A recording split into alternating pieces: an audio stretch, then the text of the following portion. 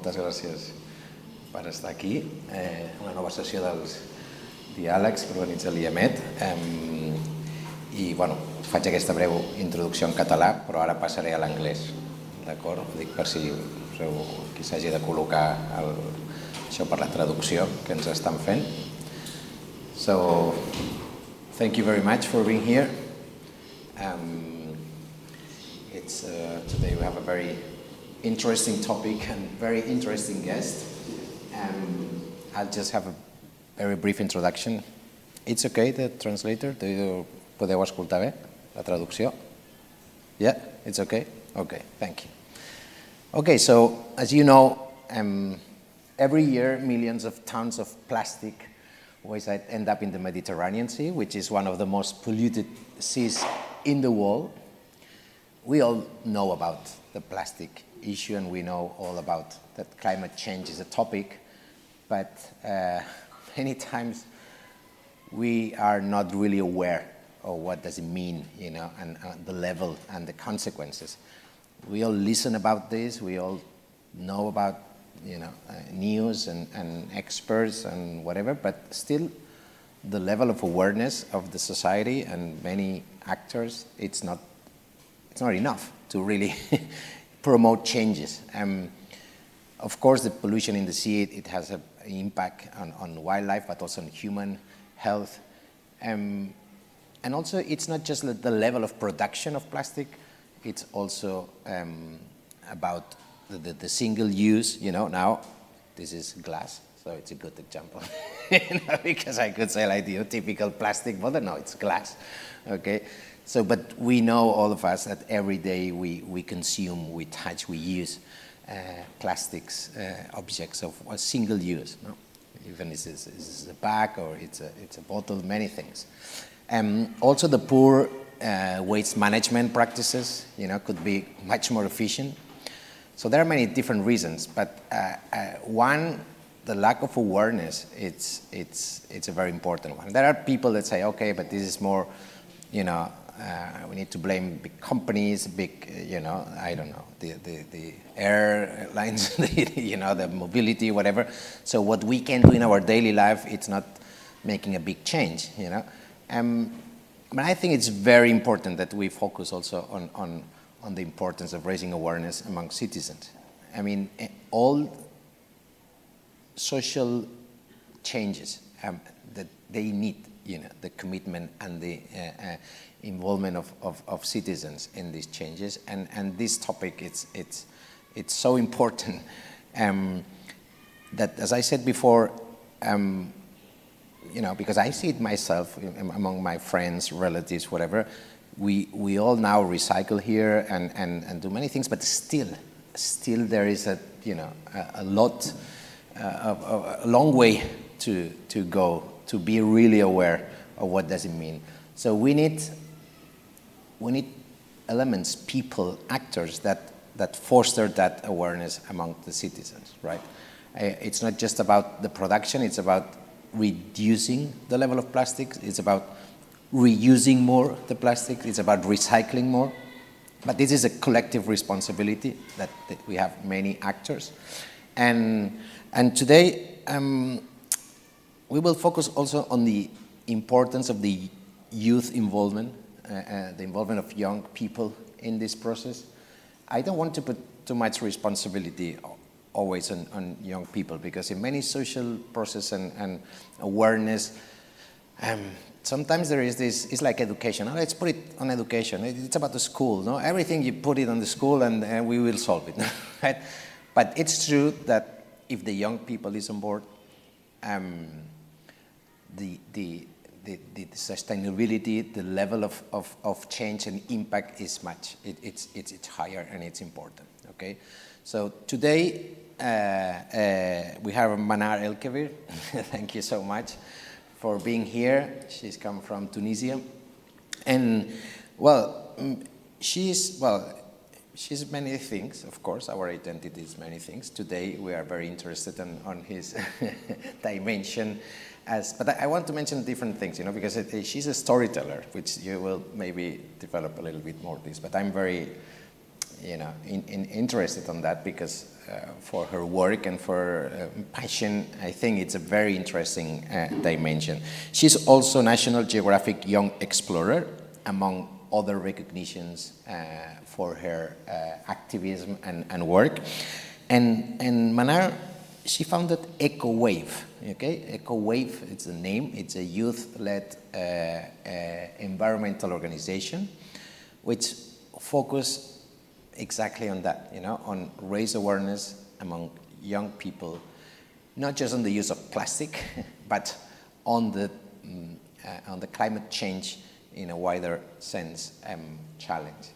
Okay, it's in Tunisia, and she's led very innovative and creative campaigns on this that have some impact at the community level. And today we want to learn more about how she did so, how she started being active on this topic, and then we'll accompany her to her journey on this process. When you start with this, and then we will know a little bit about how was the journey and what's up and downs and what impacts and what's the future waiting for you. Okay, so do you mind introduce yourself briefly, and then if you want to share with us what was the tipping point, the event, the situation, the experience that it make it click and say, this is the topic I want to focus. Okay. Sure, definitely. First of all, thank you so much for having me. It's such a pleasure to be here. And I think you said it all, Danny, like for real. I would be more than happy to share my experience, and it's really is a pleasure for me to be here.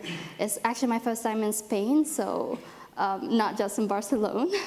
So I'm so excited to know about the culture. I know it's a little bit challenging today. Is it the math thing? Thank you so much for being here. So first of all, I would like to introduce myself. My name is Manar Elkebir. I'm from Tunisia, and I'm a storyteller and also a founder of a youth-led organization called EcoWave. I'm National Geographic Young Explorer, as Danny just mentioned, and I'm here to be talking about the role of youth in the environmental space, which I think is really crucial to have young people to be active in the space, because I really do think that we will be living the consequences of today's decisions. So it's such important to be able to be agent of change. So how it all started, how am I here? I can see my name on the big screen. I think it started in 2019. Right now it's been 5 years active in the space. So in 2019, I'm still in high school, and I felt like the climate crisis is such a very big problem that me, myself, as a high school student, I might not be able to make that big of change. So I researched about the climate change. I watched documentaries, and one of the documentaries that really influenced my my journey is called Before the Flood. It's a documentary about climate change. I'm not sure if you know the actor Leonardo DiCaprio, but it was with Leonardo DiCaprio, and I watched it, and then it really got me thinking, like, whoa, science is telling us that there are a lot of things that will happen in the future, a lot of environmental catastrophes that there are projections that it's going to be even worse in the future. And I feel like why we're not doing something about it? Why our leaders are not taking action? It's really frustrating. And for me, I felt like I feel like I needed to do something about it. So that's how it all started. And I was active in an environmental club at my high school. And then I got the chance to work on campaigns about plastic pollution. We're educating our people about the impact of of the plastic and how it's also connected to the climate crisis, because we all know that the plastic life cycle from its production to its disposal in landfills, it all contributes to the crisis. If it's incinerated in landfills, those toxic gases, it contributes eventually to the climate crisis. So it all started like focusing on plastic crisis, and then after researching more, I started to develop this broader perspective on how I see things. So at first I started active at the environmental club at my high school. We got the chance that our project was actually successful, and we got the opportunity to travel to the US, to the Ocean Institute, and meet with experts in climate change and also in marine conservation, which really was an eye-opening experience for me. So we got the chance to travel to the Ocean Institute in Los Angeles, and I met with Captain Charles Moore. He's the one who discovered the plastic island in the Pacific Ocean. Like, really, if you hear like plastic island, you would be like, what is that? Yeah. It really was the same reaction that I had. So apparently there is a plastic island 3 times the size of France in the Pacific Ocean, and it actually can be seen through the NASA satellite from space. So after that experience, it really was an eye-opening. I got the chance to have a cruise with the one who discovered it and analyze microplastics, and learn that microplastic is also affecting public health. Like, there's recent studies that shows that microplastics were found in the placenta of a pregnant woman, and also it's found in the blood of a human. So it's really alerting, yeah. And for me it was something that I really need to do something about this. So I went back to Tunisia, and the thing that really got me thinking that we need more awareness. Like, for example, for us, we don't in our school curriculum, we don't have that much of lessons that to teach us about sustainability, about what is happening around the world. So it's really something that encouraged me to start my own initiative to mobilize and educate our young people. Wow, and I mean, I think there are more people that feel like that, that maybe they are shocked by information, by this, suddenly the awareness of the impact, of negative impact of this pollution, and in this case the plastic. But not many people decide to really do something. It's like, or some people, they do something, but they say, okay, let's find an organization and I go to do some stuff. But really decide to do something like new, or something different, or something in which you take a very active role there. How was that moment of saying, okay, I imagine that I'm you, I'm saying, okay, we need to do something. Like, how did you start with, what was the first steps, to be active?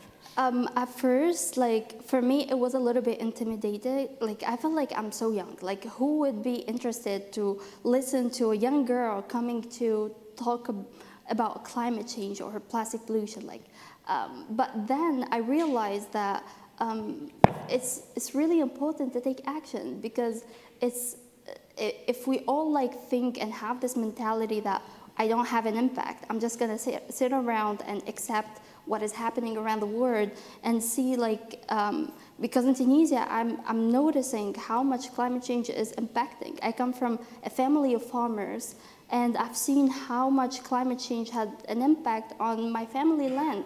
Yeah. And like, if you Google all the impact of climate change on olive harvest, you would see a lot of really scary numbers. And not just that, the rise of temperature, the sea level rise, a lot of things that we're seeing right now, it's a consequence of not taking action. Mm-hmm. So if everyone would think like we don't have much to do and just watch our planet burn and just not doing anything about it, I think it's not going to help. Right. So what action did you take? When you say let's take action, so how you start? I started with EcoWave. Like my first journey started with founding a youth organization, youth-led organization called EcoWave, and we work on educating our young people about climate change and plastic pollution through presentations and local events, and also international events. Okay. So but how did you get the young people? I mean, like you decide to found EcoWave, and then it's like, okay, now I've got some people that maybe you knew some from the high school, others that you from your activism, and then you create what, like a social organization or a company, whatever, the legal body or something, and then you start looking for funding or something, or how do you, how can you do the things that you do, these campaigns, how do you reach with the schools, or how do you really practically, implement it? First of all, it all started with passion. Like we didn't have funding, so all we had is passion. We gathered a team, so me and other members were all passionate about making a change. So we started in our high school. We started in a very in our, let's say, bubble, and then started to expand more and more on a national scale. So we started in our high school. We started having presentations about the environmental challenges in our country, and we started collaborating with local decision makers and started working on petition to ban plastic, single-use plastic. And we started really, really small, and then after I graduated from high school, I was like, I still need to keep the impact that I have, that I've seen what I did so far. So my philosophy was to build a network, like the same, duplicate the same EcoWave in my high school and different schools around Tunisia, and that's what we've been doing so far.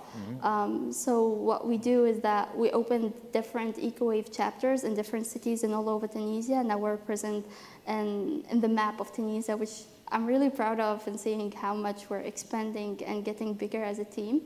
So it's my idea of how to duplicate the impact that I've done in my bubble. So what we do is that every year we have an annual camp where we train EcoWave leaders and give them the tools that they need to start their own EcoWave. And then once they're back to their high school, they start their own EcoWave, and that's how we can have like much bigger impact. Wow. So how many EcoWaves, maybe there have been in different schools in Tunisia? They have how much more, like how many different? So every year we're changing. So every year we have like a recruitment of new EcoWave leaders. We're currently building our website. So even if you Google, you won't find our website because it's under like we're still updating a lot of things. So far we have 9 cities registered as EcoWave. In the EcoWave network, but we're still looking to expand even more. And we're also co-hosting international camp with numbers of really famous international organizations like Greenpeace, The Roots, and a lot of other organizations from the global south. So far, last year was the 3rd edition of the Climate Justice Camp that was in Tanzania. And before that, it was in Lebanon. Before that, it was in Tunisia. And we managed to bring participants. I have the numbers from last year's camp. So we managed to get 450 participants from 100 countries, which is so big to give capacity building to people from root organizations that are impacted by the climate crisis, give them capacity building, and mobilize before every COP. So I think it's really important to work on to make a change on a local level, but also keep an eye and always be open for collaboration internationally. Yeah, definitely. And what are the main lines of action? I mean, of EcoWave. I mean, it's capacity training and raising awareness campaigns? Yeah, we focus mainly on education and raising awareness. Okay. Can you share some campaign that you've been involved on? Just as an example, as a practical example. Yeah, sure. So what we do is that we're trying to bring resources to our young people. Like, for example, for me, when I first started, if it wasn't because I researched about the problem, I wouldn't have known the information that I know now. So I felt like it's my mission to bring these information for young people. Unfortunately, in Tunisia, in our school curriculum, we learn about climate change in 9th grade, and an English subject, 9th subject, which was shocking for me. Like, I do remember I learned about climate change from reports back in 2002, 2000, and I'm like, every year there are new numbers. There is not sure if you're familiar with the IPCC, the Intergovernmental Panel on Climate Change. It's where the United Nations base their commitments and decisions from. It's a group of scientists that they publish every year a new report about climate change. So what I try to do is that bring those information that is changing every single year through our presentation.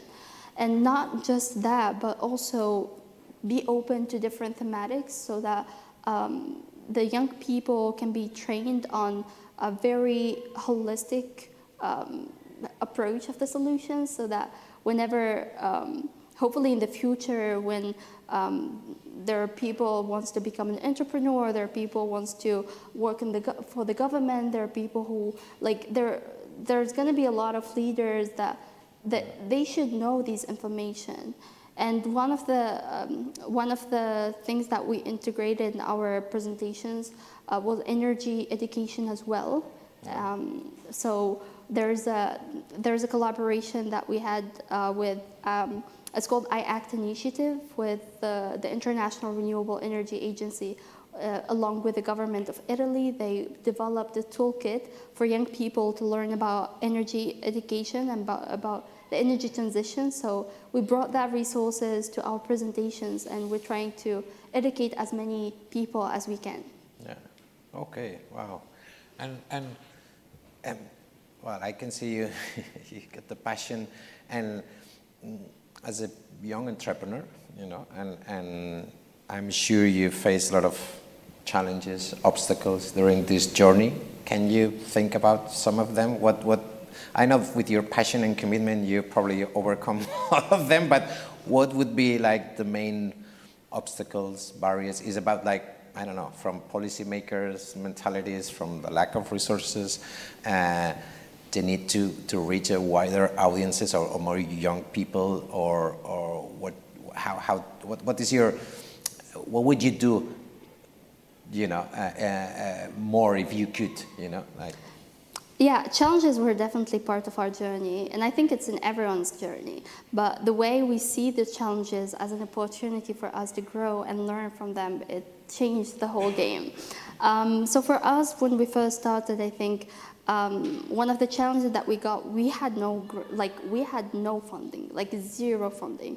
It was really challenging to get as many people committed for like more than 1 year to keep to be part of the team. So we're always changing, we're always recruiting, which was really, if we see it in another perspective, it has brought benefits for the team. We always have fresh ideas, we're always trying to learn and change our approach, which was really good. So it's one tip that I have for you guys, to always look at challenges as opportunity to grow and to learn from, not just like something that would stop you. So this is something that EcoWave has taught me. So I really feel like it's something that has made us work harder.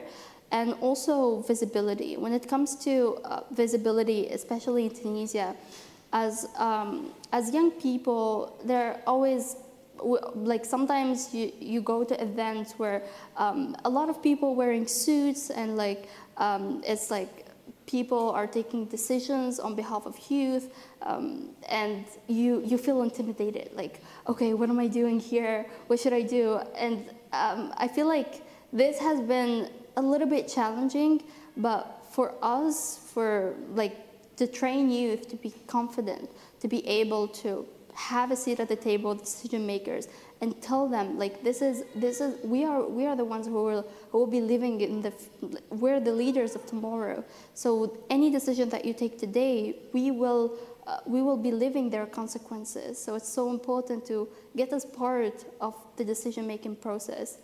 So it's something that we're working on, and hopefully in the future we'd see more young people active like us in different parts of the world, here in Spain and in Europe. Yeah, definitely. Listen, you have a lot of experience now on engaging youth. I mean, there are many different, as you say, in countries and cities trying to do the same to engage youth to involve and being more active. If from your experience, because there are different ways, different strategies to try to involve youth and to engage and to motivate and to move into action, what are your somehow strategies in your communities in EcoWave to involve? Or is there something that you found out that it works better? Before we were talking also about this move from protesting, and from say, okay, we can protest, but maybe we won't change mentalities just protesting, right? I mean, if we want more sustainable and deep change, maybe we need to get people's attention and promote more knowledge and awareness, and how do you because I think this know-how at the end, it comes from experience, from failing, mistake and error and testing. Is there any tools, because you test a lot of different campaigns, and some of them they have more impact than others. Are there any tips for other people that want to involve youth and to want to do campaigns that you can think about it? I think it really depends on the purpose. Like, if you want to engage youth to do what? In what exactly? So it's really different. Like, my journey cannot be applied to a young change maker from Spain, for example. And I think that's I got to realize while working with young people in my country. Like, when I first started, I got really inspired. I think all of change makers today are inspired by Greta Thunberg, the Swedish girl that has been protesting in front of their Swedish parliament to hold their decision maker, hold them accountable for not taking action. So I got really inspired of how a young girl could mobilize thousands and thousands of young people in different parts of the world. And every time I look like the thousands of protests around the world, and a lot of people like don't go to school on Friday and just go protest. And I got to realize, like, whoa, this is huge. And we try to do the same. So we organized protests in our country, but what we notice is that people that come to young people, they're aware of what's happening, especially young people who are part of EcoWave. They know that there's a climate crisis out there. They know the numbers, so that's why they're joining the protests. But the normal people that pass by the street, and they would ask us, like, what are you protesting for? And we explain what we're doing. We realize that a lot of people, they just don't know. They don't know that the rise of temperature that we're noticing every summer, that gets every year worse and worse, that the agriculture impact that we've seen, that also had an impact on our economy in Tunisia, they're all interconnected with a global crisis. So what we notice is that they didn't even know that the climate crisis. Yeah. So protesting and being on the street, it might make pressure on local decision makers, but it won't really got the impact that we need to see. So we try to change our approach to things, like instead of going protesting because we know it might not have that much impact that we want to see in our community, we started doing petitions, like for example, like switching our approach to how we want to create change, specifically to our local community, because what might work in Europe might not work in Tunisia. So it's really important to know the difference and to always be open for change and be flexible with what can work and what cannot work. And I was thinking in Tunisia, is there also because one of the challenges there are with the climate change thing is the ideological element here, because even if people don't know much about the numbers, the level of impact of the climate change. Nowadays, there are some positions, ideological positions, that is more about, are you in favor or against the climate change idea? And there is some populism narratives about this. So even for some people who can connect with that more ideological framework, it's like, okay, I think they are exaggerating, I don't believe in this, so there is no need to get informed because there are these experts that all of them, they are on this, under the same kind of manipulation or whatever. What about in Tunisia? Is it? Do you find this kind of narratives in Tunisia as well? I mean, globally we know there are, but what about this? Yeah, definitely we did. So it's something that we learned through being out there in the community. What we've noticed is that there are people who deny that the climate crisis is actually exists, which is right now what scientists are telling us and everything that we've noticed on our daily life. The drought that we've seen in Tunisia is really getting worse every year. So there are people who actually say that it's not true. And some people have this, we have a religious conviction also can make an impact, because some people think that the weather is controlled by God, so they're not actually open to discuss, which I know it's okay to find people that have different ideology, but also to be able to adapt and convince them in ways that, in ways to not give them oh, no, you don't know anything, no, what you think is wrong. No, to always be open for conversation and discuss with them a little bit, give them numbers and try to discuss what's happening around the world, see the drought, we're noticing the temperature rise, the reason why there's, last summer, we've noticed a lot of water cut in Tunisia. So Tunisia now has been the 4th year of severe drought, and there are a lot of projections in the future that are really scary. Farmers are being displaced because simply the agriculture has been, the impact of climate change on agriculture has been really big. So to kind of give them concrete examples of things that they see every day and telling them this is all connected to a global crisis, and just be open and a little bit diplomatic. It's always good to tell them a little bit about what's happening around the world as well, without actually being there and saying no, you this is what's happening, you have to abide by this, we need to do this. So it's always good to be open. Yeah, definitely. So if you look back at your journey now, what are the impacts that you are most proud of the EcoWave, still young journey, but I'm sure you have some inputs that gives you the energy to carry on and to say, hey, we've seen that educating, providing this awareness to these young people you see some impacts, some changes, small changes or reactions or indirect impacts, something that it keeps you like the flame alive, in terms of we need to carry on because we are on a good path. Right?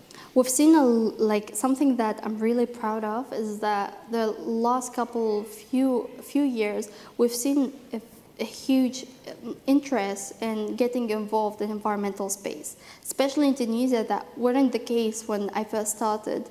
Like right now, there are a lot of people that attend environmental conferences. A lot of students also are choosing majors in environmental space, which wasn't the case before because they know like in the future, there's gonna be complication. There's scientific projections that says that the drought that we're experiencing is gonna get worse if we don't take action right now. So a lot of people tend to choose majors in order to find solution, which I think really promising right now, something that we need to be proud of.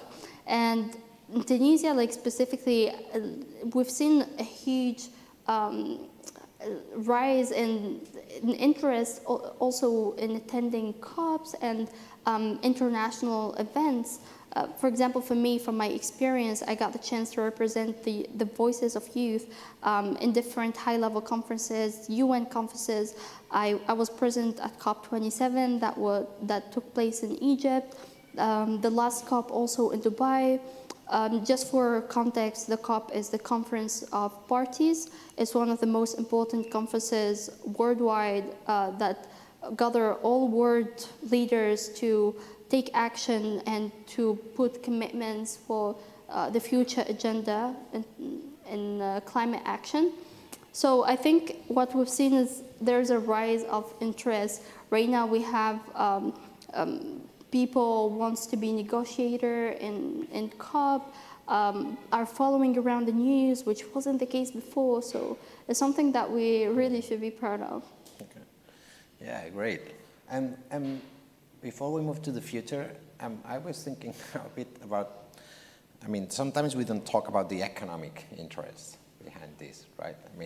I'm sure when we talk about raising awareness, and commitment, we talk about policymakers, politicians, we talk about the need to engage youth, but sometimes we're missing, So you're not missing, but in our mind, there are a lot of economic interests here, and there are big companies, there are interests that are not really into, like moving faster because we know there are, it has some economic impacts at some point, implement some specific actions, and we see how at the political level some leaders, they don't want to pay the cost now because every 4 years there are elections or whatever, and we need a long-term vision here and also a strong commitment.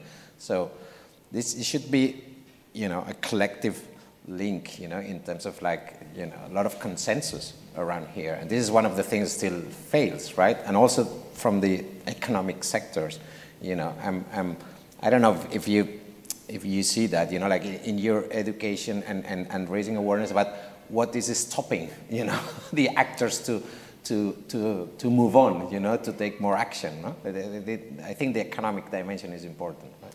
Definitely. I think right now in the whole world, what we're seeing, the reason why our leaders are not taking the action that the science is telling us to take is that there are a lot of things that, a lot of perspectives that different people are looking at. Like the economic aspect is definitely one of a huge factor of not taking enough action that the science are telling us.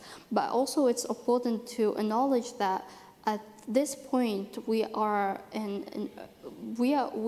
an urgency, and it's important to put people above profit. And that's where the role of young people is crucial, because if people, like young people, what they're seeing is they're seeing their future, because at some point the entrepreneur of today, that they're using the natural resource, at some point everything is going to be gone by the time the young generation is going to be adult and they want to start work in the same project. There's not going to be enough resources for that. It can be really frustrating, but I think that young people voices should be heard, and it's a way to push forward and hopefully find compromise. I think it's all about compromising. There is a metaphor that I've seen in a documentary called The Story of Plastic, which I really recommend you watch it. It talks about the plastic pollution, how it all started since the plastic invention. What says is that why we know that the plastic pollution is a really huge problem right now, and there are numbers that says by 2050 there will be more plastic in the ocean than fish. We've seen the plastic island in the Pacific. Why we're not taking enough action to stop that?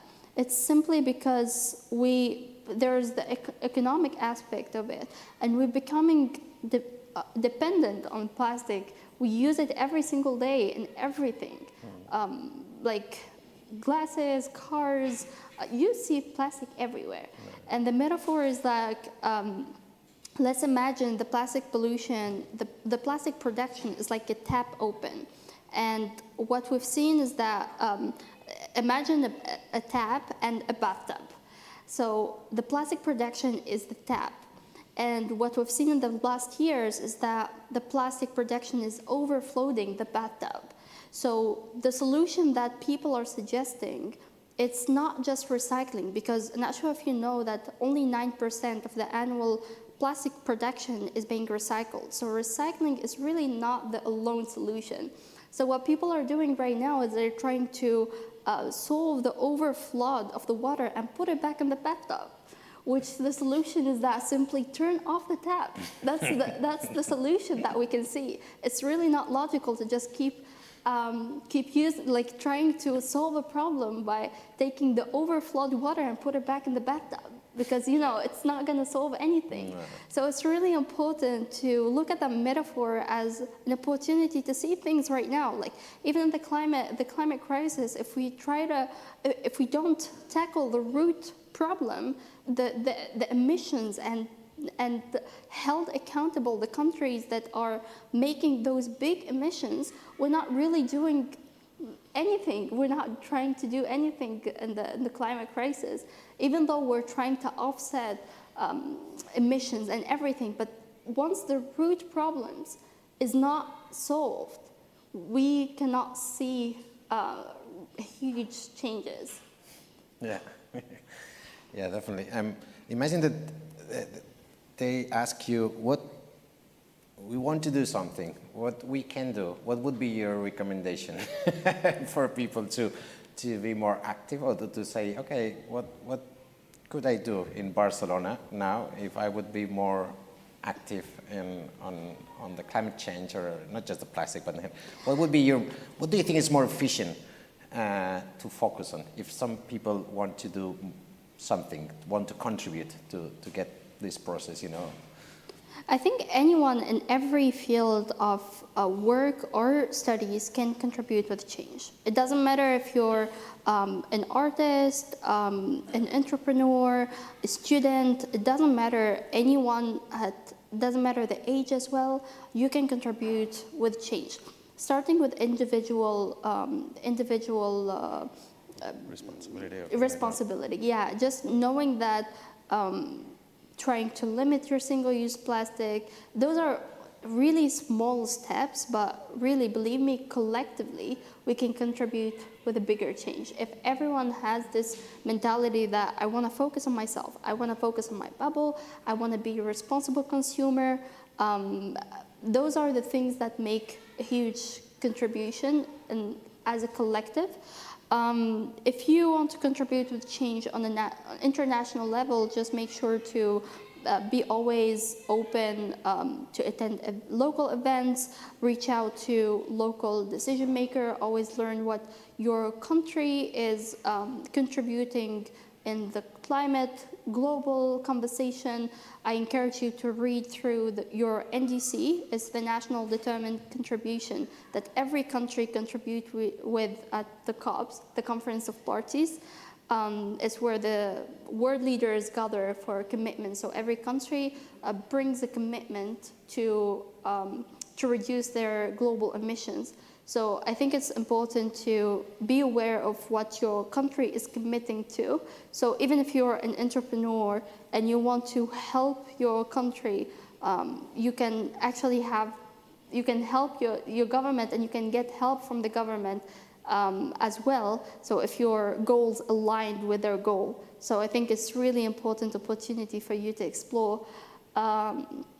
What else? Also maybe be open to learn about local events. Like for example, there's the LCOI, the Local Conference of Youth, which I believe it's something that you can contribute to if you're not present at high-level conferences like COP. Because what happens is that there's the Local Conference of Youth. If you're a young person from Barcelona, you want to contribute to the climate conversation worldwide, is that what they do is that at an LCOI, they take a youth statement, and the youth statement goes to the Conference of Youth regionally, and then globally, and then to the high-level decision maker. So that's how you can bring your voice to the conversation worldwide. Okay, great. I remember I read the story of it was a woman that decided not to consume any plastic for a year, okay, in their life, and it was crazy, the story, you know, because you go every day, you know, and you think about yourself, and it's not just the bag, it's so many things that you don't realize until you say, okay, I'm not going to consume any plastic thing, you know, and it was a really kind of, you know, magic thing, you know, because in many moments she found in a situation and she had to, you know, try to solve and to find an alternative, which it wasn't easier, but she managed, and I think this kind of very like visual and it gives you the empathy of feeling yourself on that situation and thinking every day, this kind of stories and this kind of, you know, using tools to raise the awareness. So every time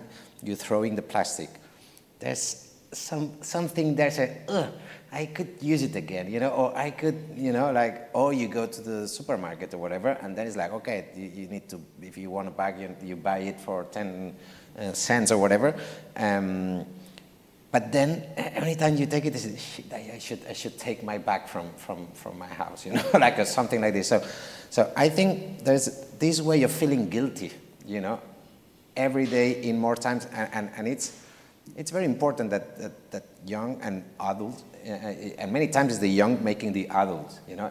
In my case, I've got a kid, and many times that I do something, they are the ones who are telling me, hey, man, you know, what are you doing? You know, like they say, oh, great, you know, that's great. I'm happy you tell me, and it helps me to reinforce. It's the same with water, with many different issues, you know. So, well, I'm going to see if some people have any question here, and I think thank you so much, because, you know, if with your energy, your passion, and experience from Tunisia, which is a very different context, but at least it's the same challenge, and it's the same everywhere. This, you know. So thank you very much. You know, like for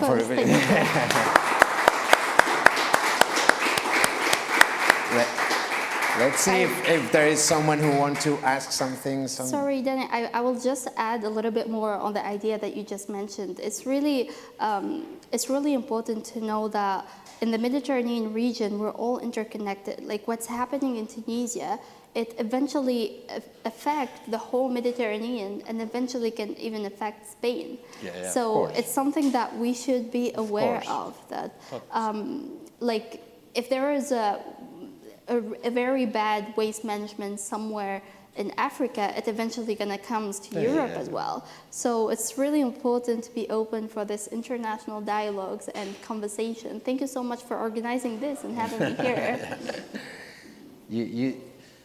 Yeah, I'm going to show you like two songs. One from Joan Manuel Serrat. You don't know him probably, but there is a very famous song which is called Mediterranean. See, it was a very, and then after many years, he wrote another one. That the first one he was very young, and it was like I was born in the Mediterranean. And he says many nice things about being born in the Mediterranean and the Mediterranean spirit. And then after 30 years or 20, I don't know, he wrote another one, but saying how bad he felt, but because Mediterranean was so polluted and the society was just putting all the waste there. But Mediterranean, it's ranked one of the best Spanish songs ever, so I think you should know. I will definitely. I'll tell you on Spotify afterwards. So is there anyone who wants to have some curiosity? Yes. Should I wear it? Thank you very much, Manar. No, I will do it in English. I have two questions, actually. The first is your connection with politicians in Tunisia. Is it a target for you to lobby, to influence politicians in Tunisia, or it's something you really overlook, or it's not something you're interested in, but only the youth? I mean, I'm interested in this politics. Also, if you try to train youth to enter politics with this climate-focused activism. And my second question is that in countries like Tunisia, where they are actually, at the moment, you are going through a financial crisis. I mean, things are not easy. How do you tell people who say that, no, my priority is to bring bread on the table at the end of the month? How do you try to make them aware of the climate issue and things they can do? Because they will say, I mean, my first concern is economy.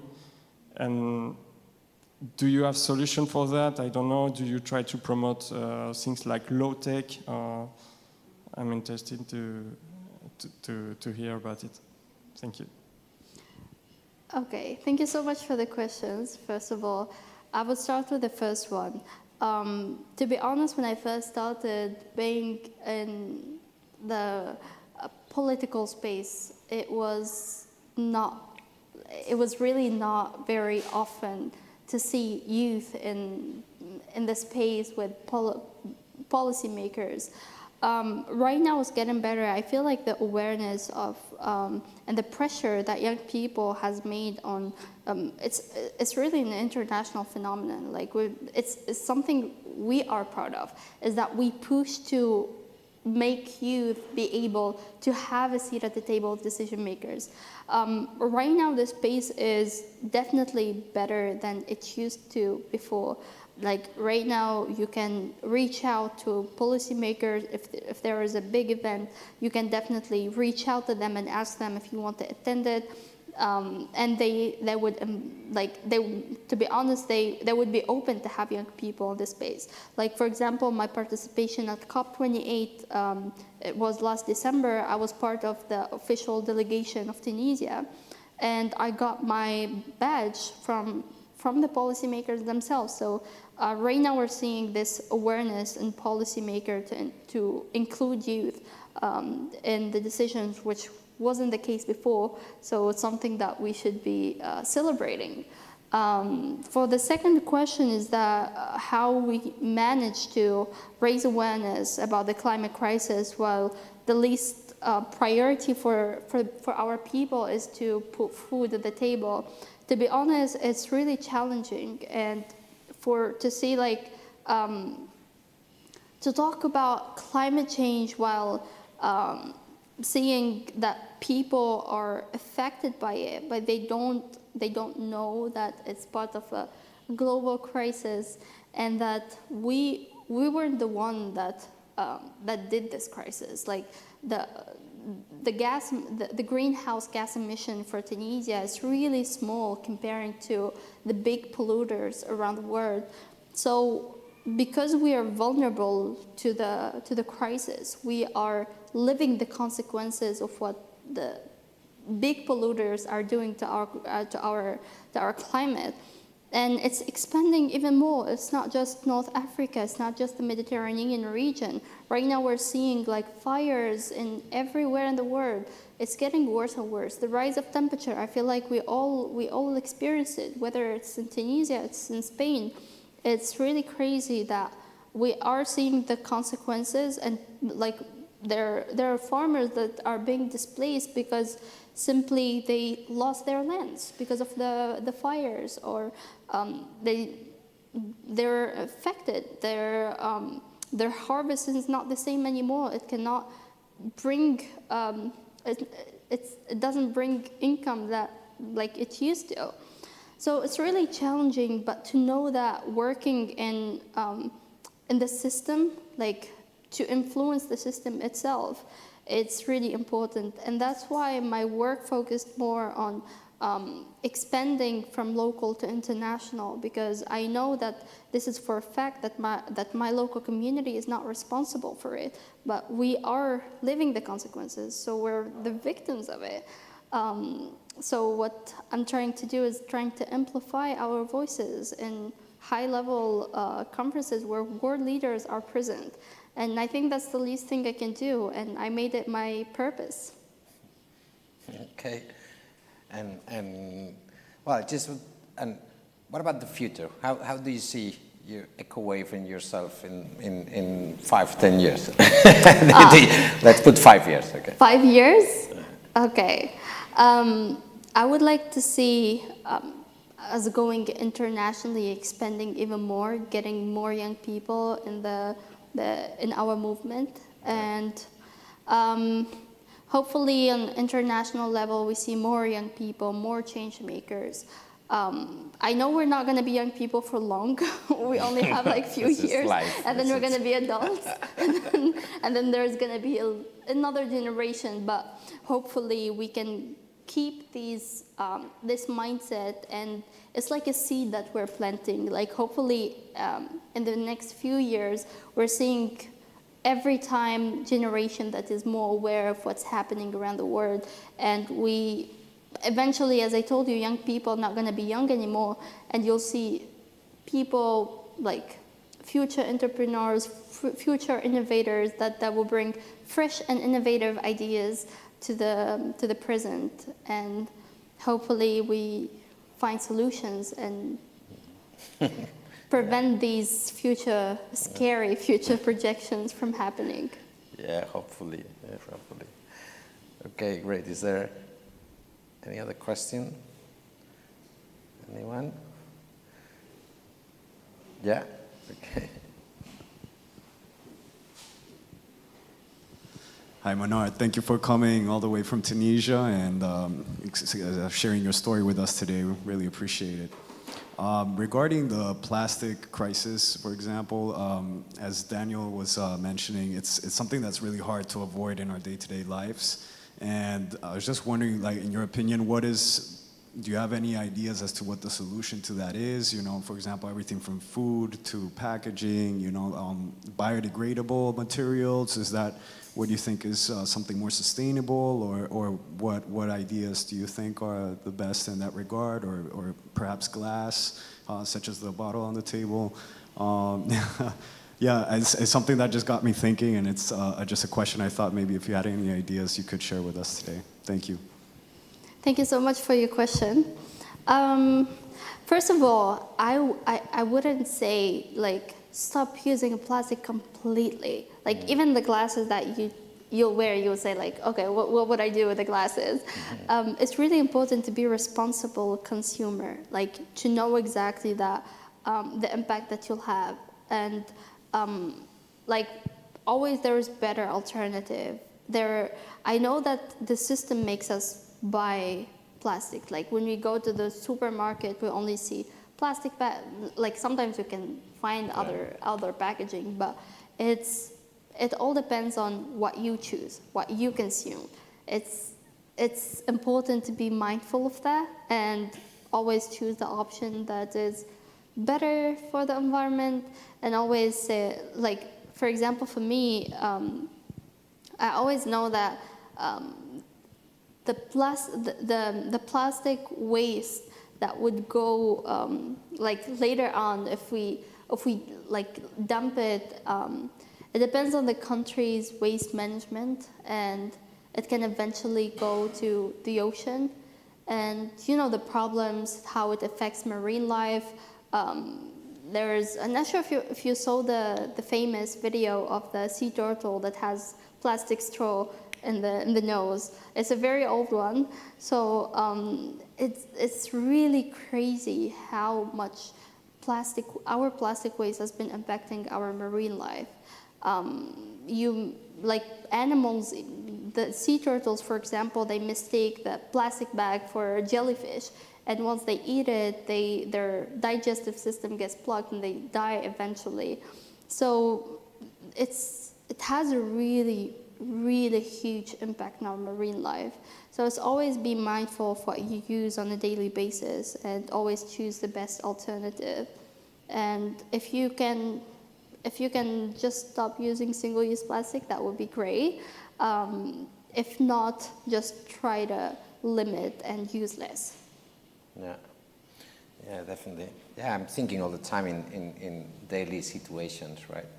In which, yeah, it's true, sometimes you you buy a bottle, and then you say, okay, I can reuse it, so I can bring it, and then, well, where do you get the water to put it? You need to buy another water, or if you know, it's like, no, but I'm seriously thinking, because now, for example, in the houses, if the tap water is not good, but you can buy like, to make it pure. Better, to pure. So then I did that. It was expensive at the beginning, but if you count the money that you save per year in terms of bottles, at the end I say, okay, in 3 years you get it, and it's amazing the reduction of bottles of plastic that you do, because I think we all are aware when you do the recycling, the bigger bag is the plastic one, because it's the one you say.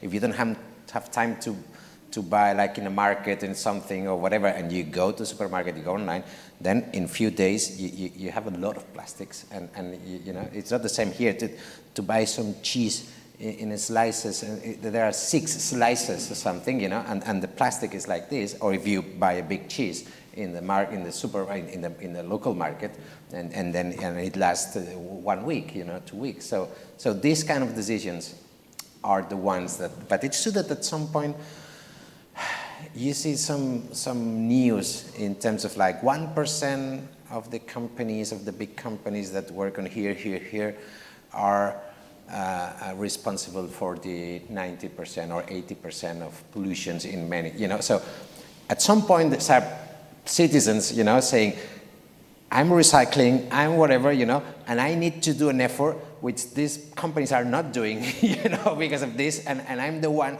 So some people get a bit fed up in terms of like, and it's important not to lose that, but it's important that people see, changes, and advancement, and consensus and agreements that they are really fulfilled at the end, because then it's like, okay, so at some point this agreement saying it's forbidden to have bags in the supermarket, or plastic, it's just forbidden. I know there is a lot of economic interest or whatsoever, and people say it's going to be expensive. People don't want, there's an inflation, because at the end, yes, blah, blah, blah.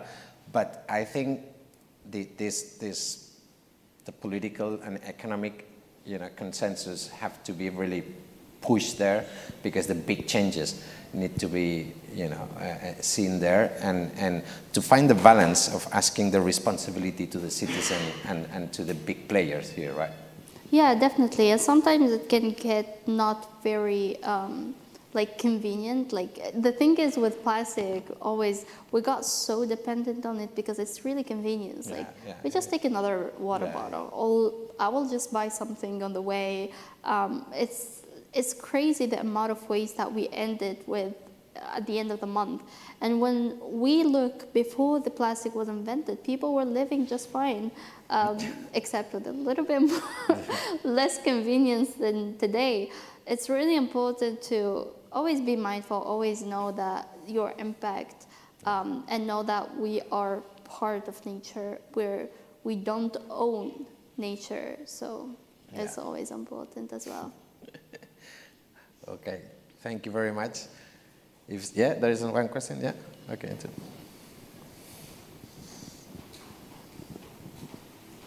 Maybe you need to... Sí, yo te lo haré en español. Okay, sorry. En primer lugar, te pido disculpas. Espera un momento que se ponga el de esta. Okay. ¿Sí? Are you in the channel? Yes. ¿Sí? Bien, yo te lo haré en español. Yo en primer lugar te pido disculpas por ser la única persona con traje dentro de la sala, con lo cual hay una imagen un tanto peyorativa, ¿no? De persona mayor, responsable o exigente y tal, ¿no? Pero en segundo lugar, te pido que consideres el perfil que eres, ¿no? Eres joven, eres mujer y eres africana. Muchos pensamos que el futuro está ahí. Está en la juventud, está en la mujer y está en África. Básicamente porque es donde están la mayor parte de las desigualdades. También, reflexionando sobre el plástico, te das cuenta de que es un tema de pobreza y es un tema de desigualdad. Es decir, los grandes consumidores de plástico no son las grandes fortunas, la gente que puede consumir el agua en botella, sino que somos las personas trabajadoras las que de alguna manera nos vemos obligados o se ven obligados a hacer todo esto. Te diría que eres joven, seguirás siendo joven muchos años, porque yo todavía no soy mayor, por tanto entiendo que tú seguirás siendo joven muchos años y te animo a seguir. Pero de una forma, yo te invitaría a seguir de una forma diferente. Yo creo que lo que nos falta en la sociedad es activistas, son activistas. Activistas propositivos. Está muy bien protestar, pero a la protesta existe la contrapropuesta, la contraprotesta. Pero sin embargo, cuando se organizan plantaciones de árboles o se organizan recogidas de plásticos o se organizan muchas de las actividades que en Kuwait hacéis, lo que estáis haciendo es un ejemplo positivo sobre las acciones contra el cambio climático. Esta es la manera de educar. Solamente podemos cambiar si vosotros cambiáis. Y sois la esperanza del cambio. Desde los tres puntos de vista, desde el punto de vista de joven, desde el punto de vista de mujer y desde el punto de vista de África.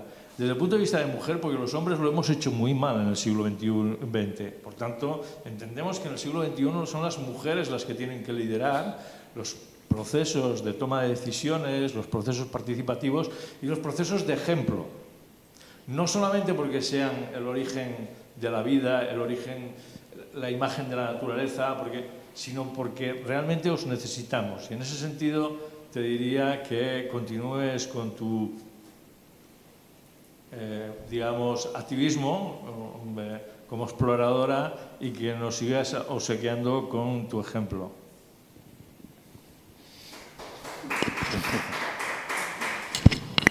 Thank you so much for your intervention. I as a female and an African, and also from like coming from this background, it's really an honor for me to amplify the voices of female change maker as well from my country, because there are so many examples of women that has done a lot of changes even in the past, and I think it's very important to know that we are here and we care about our future, and even as a female, it's not really a challenge that would make me not be part of the decision-making process. So thank you so much. I really appreciate it. So yeah, what I want to do through my work is to inspire more people to join us and to take action for the future, because really what the science is telling us right now, in the future is going to be much more challenging than today. So we want to avoid reaching a tipping point where we cannot control the climate anymore, and that's what science is telling us. So we do our part today, and hopefully we can get as many people to change mindset and join us. Okay, thank you so much. There's one question here.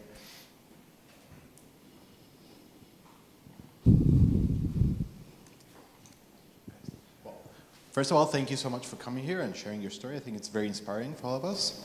And I have like a two-pronged question on the same issue, which is communication. First of all, like, how do you connect with other bubbles of young people? Like, let's say people who are into gaming or into other spaces are not like, I think there's some people that tend naturally to gear towards environmentalism or sustainability. But how do you reach other people that are maybe like, okay, yeah, I know about the climate crisis, but whatever, you know, it's like a whatever issue. You know, I cannot do anything about it. And the second one is like, how do you communicate issues that are so complicated? For instance, when it comes to plastic, there's like hundreds of different types of polymers, right? That's why one of the issues of like recycling is like you have so many strands of different plastics that are not compatible with each other. So how granular do you get when you talk about these issues, right? Because people can get like confused or they can get like a bit stressed or like, oh, this is too much, right? Yeah, thank you so much for the question. I'll start with the first one, how we can get as many people involved while they have different interests. Like, for example, one of the approach that we took in the past is that we created a whole axe for our work in EcoWave that's called Artivism. And our goal is to bring artists and local innovators and creative young people to join our movement. Just simply because you're an artist doesn't mean you cannot contribute with change. We've seen a lot of people with art installation, art galleries, that they bring message to the world, and through their art they can really educate people. So the space is open literally for everyone. If you're an entrepreneur, if you're a young female working in fashion, today there's a really global awareness about like the fast fashion and how we can make better. If you're working in public health, there's this research about finding microplastic in the blood, which is really scary. And see, like, even if you're working in different sectors, you're always going to find a way to join the movement. And the space is really open for everyone. For the second question, how we can communicate people with these complicated issues, is that simply through our presentation, we try to educate them and make them more aware. Like, for example, for recycling and being aware that there is a greenwashing out there. There are some companies that they try to promote their product as eco-friendly, not harmful at all for the environment. But eventually, if you're aware that if there's a product that has different types of plastic, it cannot be recycled. So if you have this information, you would know. You would tell them, no, this is not true. You are greenwashing me. So it's really important to have a very aware citizen. And this is where our initiative has this role of educating and making people more aware. Thank you. Okay. So if there is no more questions, I think, well, it's been great. Thank you so much. We wish you all the best in the future. That means also that it's going to be all the best for the planet.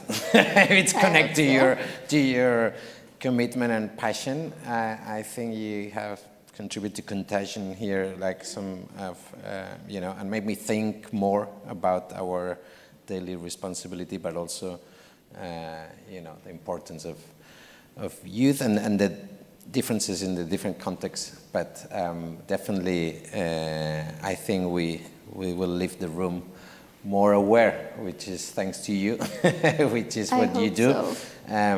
So thank you so much. Hope you enjoy your time in Barcelona, and hope to see you again. And really, all the best for the future. Okay. Thank you.